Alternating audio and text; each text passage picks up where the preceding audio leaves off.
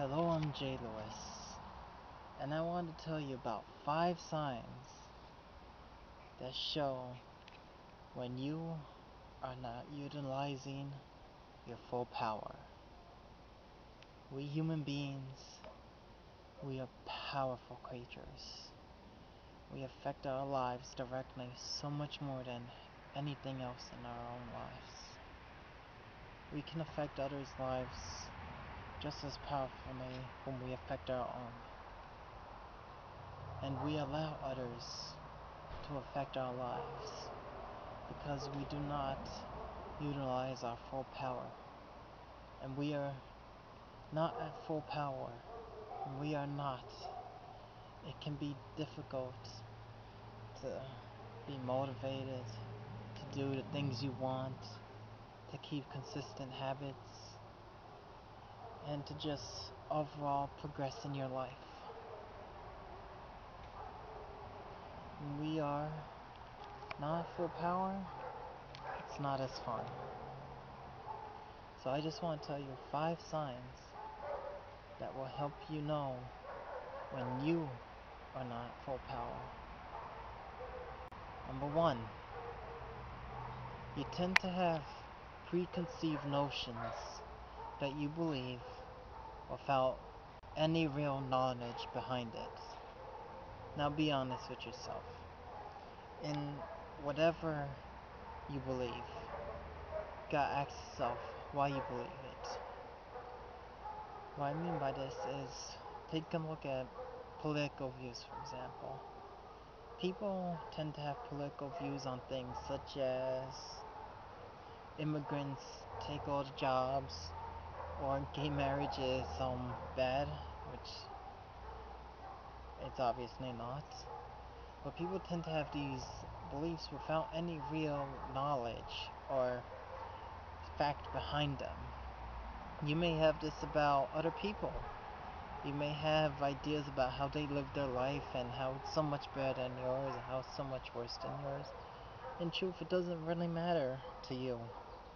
It doesn't really matter to the spirit that you are, whether or not a person is better off or worse than you. Your ego is going to tell you otherwise, and you'll have these preconceived notions about how things are without the actual knowledge to back it up, without doing the research yourself. Number 2, you use your words loosely.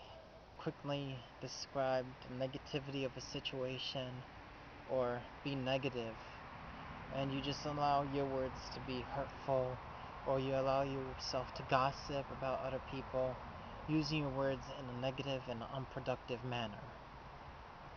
And words are magic, and they are one of the oldest magics we'll ever have, is our words. So when we use our words loosely, we're just giving away this magic, and we give it away to negative thoughts and negative feelings, and we allow negative situations to grow from using our words loosely. So when you notice that you're quick to say something negative, or you want to say something negative, it's not about holding it in and trying to keep it repressed.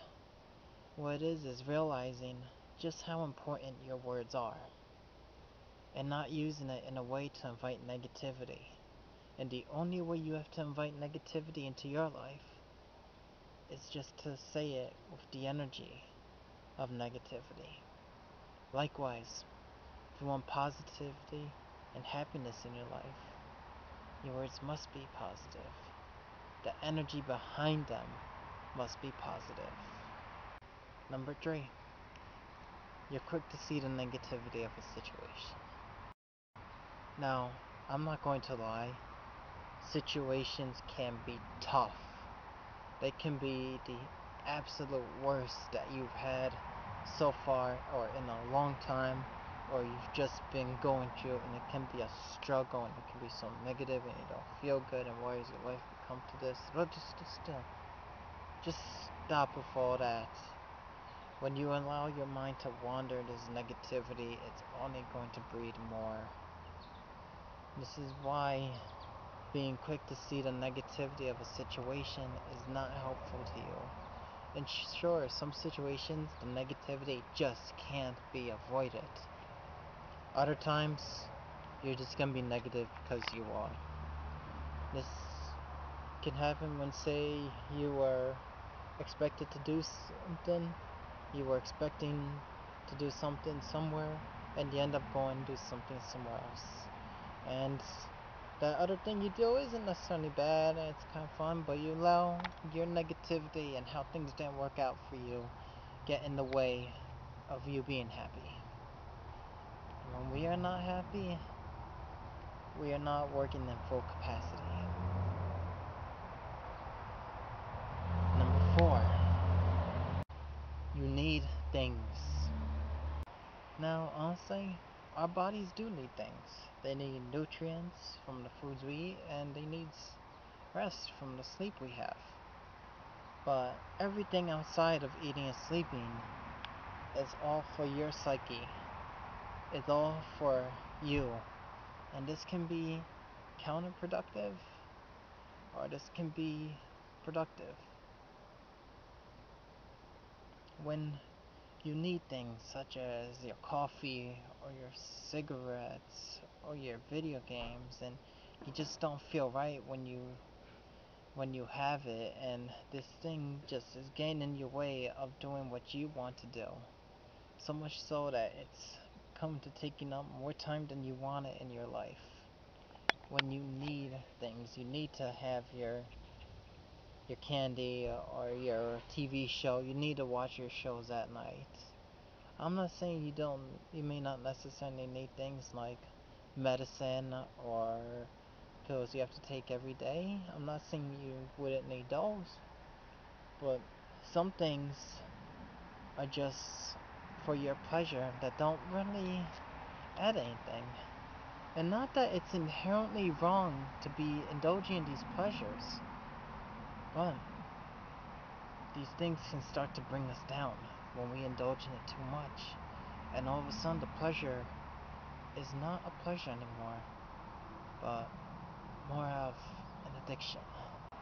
Not that it's wrong to have a small addiction to things. It's always nice to have a cup of coffee in the morning every day. And honestly, what you decide to put into your body is obviously your choice. If you want that cigarette per day, but when it's that cigarette per day, or that coffee, or that one TV show, when it starts affecting your life in a way that's taking up more time than you want it, that is draining your power, because it's not allowing you to focus on you, but rather it is you focusing on your desires.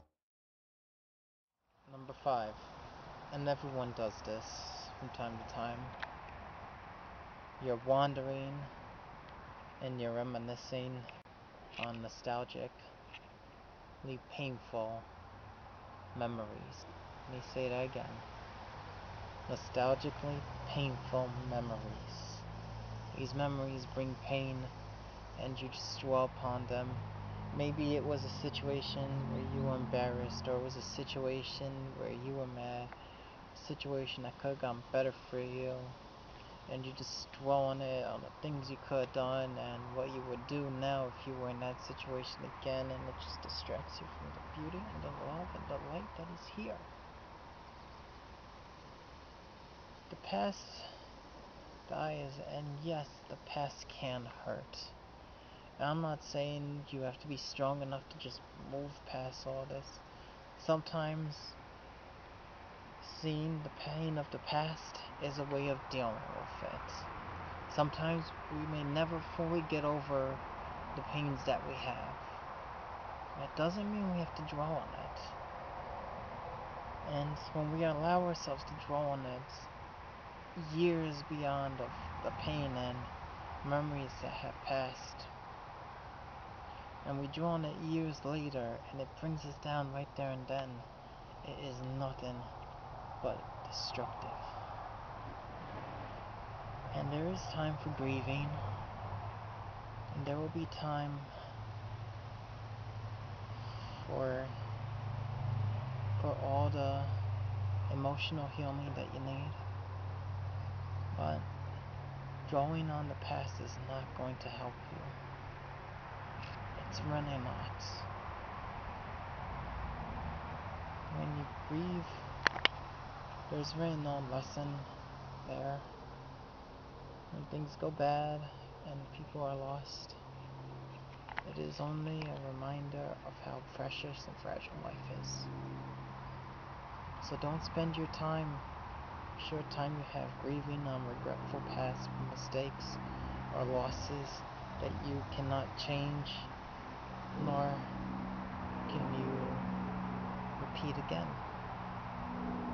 You're not going to change your past, but you are changing your future. And you can make your future so bright and overlook all the troubles of your past. And you must be here to do it. And you must be at your full power, trying to be the best person you can be.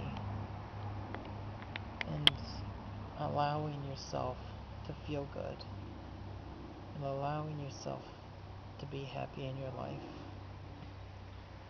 So when we are happy, we are at our full power.